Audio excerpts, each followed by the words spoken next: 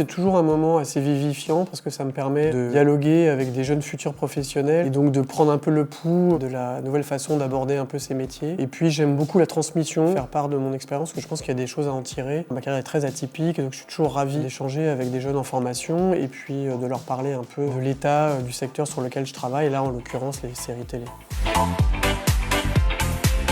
Moi, je programme surtout avec mon équipe toutes les séances, donc les 129 séances l'an dernier, de la partie dédiée au grand public, et puis aussi des séances, on va dire, de rencontres, de discussions, de masterclass avec des créateurs de séries, des comédiens ou des critiques qui vont analyser des séries. Et donc tout ce programme-là, plus ce qu'on fait aussi dans le Village Festival, qui sont des animations transdisciplinaires, voilà, des expositions, de la VR, des escape games autour des séries ou des différentes discussions également avec les acteurs et leurs fans. Voilà, tout ça, c'est sous l'égide de la programmation, et donc directeur artistique, c'est donner le là, la couleur et d'organiser la programmation et la sélection de tous ces contenus.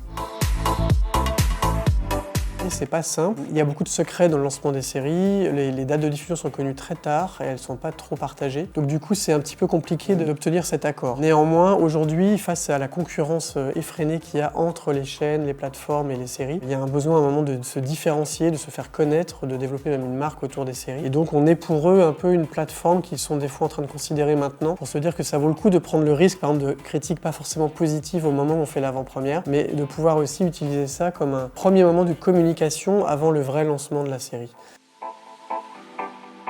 Moi, mon travail, c'est de sélectionner des séries en regardant 250, dont je ne regarde que le début. Et en fait, ça tue un peu le désir, finalement, et surtout, ça ne me laisse plus le temps de regarder des séries complètement. Et donc, paradoxalement, je suis quelqu'un qui va essayer de mettre en lumière des séries et les meilleures, mais je ne suis pas celui qui peut ensuite les regarder complètement. Et par exemple, je ne fais que rattraper le Bureau des légendes, que j'avais lancé à son tout début il y a 5 ans, mais dont je n'ai jamais eu le temps de suivre les saisons ultérieures. Et je suis maintenant la saison 4 et je trouve que c'est la meilleure série française. Voilà.